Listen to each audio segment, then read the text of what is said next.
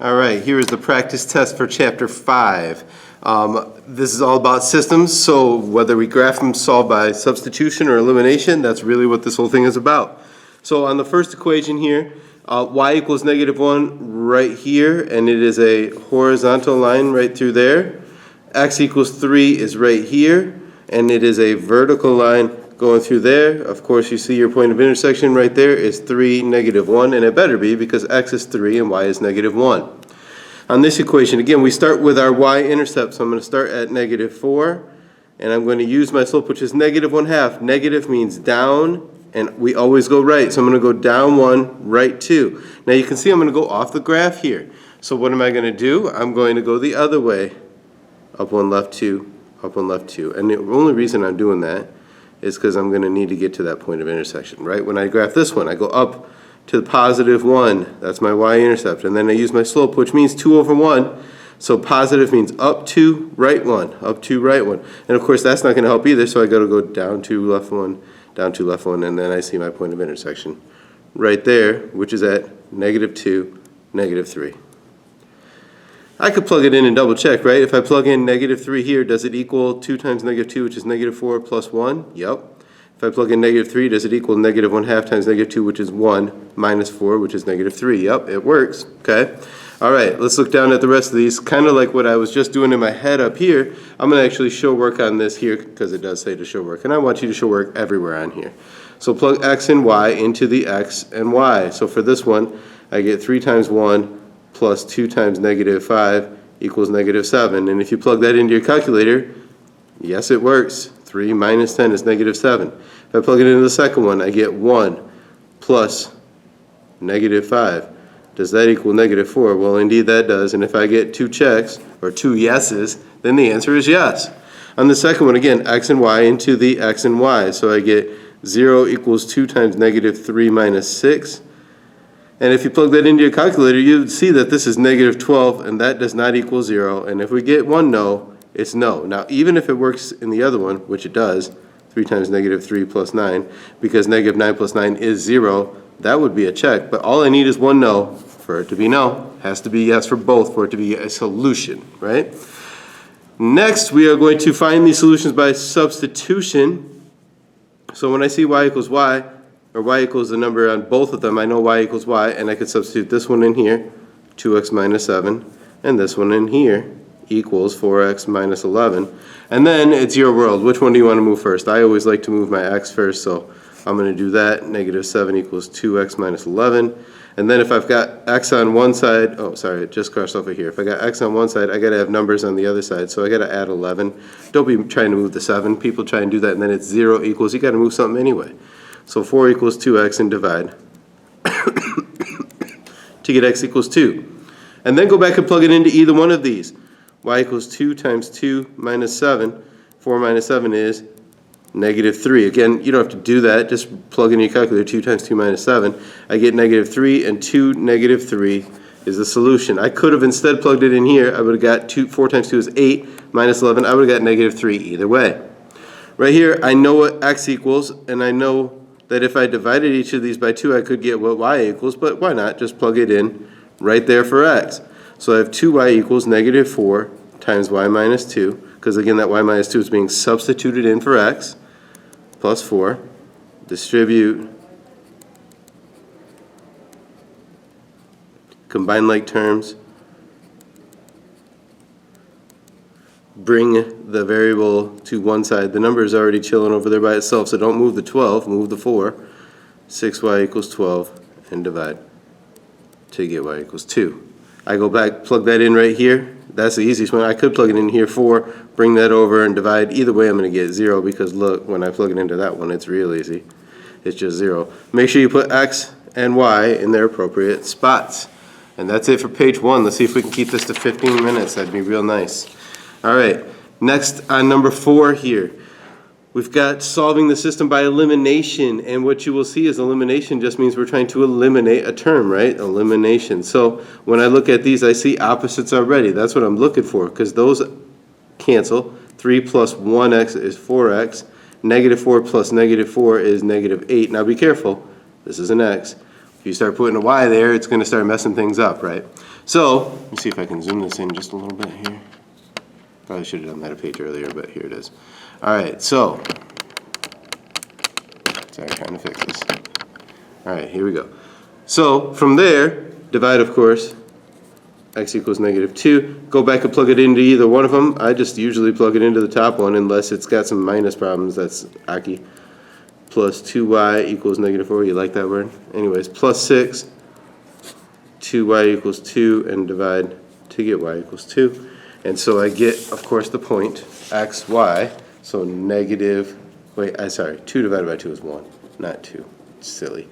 -2, 1. Seeing if you're paying attention there. I know I'm going kind of fast, but you could pause as you need to on this. Here I do not have opposites. But if I times this line by 2, I get -4x. I'm going to write this down here. -4x minus 2y equals -4. And now I can just add down. I'm not going to worry about this one as much. I just want to worry about these two because those cancel. That's a -4y. They did not go away. Divide. Y equals -2. Go back and plug it in. They're both kind of gross with that minus sign there, so I'll just make sure that I keep in mind that there's a minus and then -2 like that. Right, this becomes -2x plus 2 minus 2 to both sides, -2x equals -4, and divide to get x equals 2. Right, so x equals 2, y equals -2. There's my answer. Okay. All right, let's keep this going here. I can now get no solution or infinitely many solutions, right? The only time that happens is when all the x's and y's cancel. And if you look at this one, it doesn't, right? The y's cancel. But that's 6x. We're adding this together. 2y plus -2y is what cancels. That is still 6x equals 18. Divide x equals 3. So there's going to be a solution here. I better have it looking like one of these, right? So I'm going to go back and plug it in. Let's see, 3 times 3 plus 2 times y equals 19. 9 plus 2y equals 19. Subtract it to both sides. And divide. It's a lot of the same steps, y'all. So there's my 0.35. Okay. Let's go to the next one. I can see that actually these are exactly the same line, so I already know what's going to happen. But I'm going to times this line by -1, and I'm going to get 3x plus 2y equals 5. I'm going to get -3x minus 2y equals -5, and I get 0 equals 0. Right? They all cancel, they all cancel. If 0 equals 0, it will always equal 0, and that means I am S. Infinitely many solutions. Right? When does it mean no solution? Well, actually, that's going to show up in the next one. Ready? Substitution, right? I get y equals y, so I plug in 2x minus 4 equals 2x plus 2. So I minus 2x to both sides, because again, I like to move the x first, and that also saves me a step. Because instead of getting like 0 equals 6 or -6 equals 0, I get -4 equals 2. And any of that combination, right? If you had moved the numbers first, you would have got 0 equals 6 or -6 equals 0. And any of those tell you there's no x or y to solve for, and the numbers do not equal each other, so no solution. Okay? These, the numbers did equal each other, 0 equals 0. So I am S. Here, when they don't equal each other, no solution. Now this one, I could do one of two things. Either I could plug this y in right there, and you would have x equals 2 times 2x minus 6, and solve it from there. Or I could take this x, what it equals, and plug it in right there. And I would get y equals 2 times 2y minus 6. Right? I'm going to solve both of these problems so you can see it can be done both ways, right? Here I've got distribute, so I got x equals 4x minus 12. I'm going to bring the x to the other side. -3x equals -12, and divide to get x equals 4. And then I would take that and plug it right back in here and go y equals 2 times 4 minus 6 to get 8 minus 6, which is 2. And so my answer here should be 4, 2, even if I do it the other way, right? So let's do it the other way here. That would get times 4y minus 6. I would bring the 4y to the other side. -3y equals -6, and divide to get y equals 2, which we said it does. And then I would plug it right back in here and get x equals 2 times 2, which is 4, which we got as well. So either way you plug it in, it doesn't matter. Plug it in for x, plug it in for y. What do you feel better about? Okay? We're still on pace for 15 minutes. Let's keep going.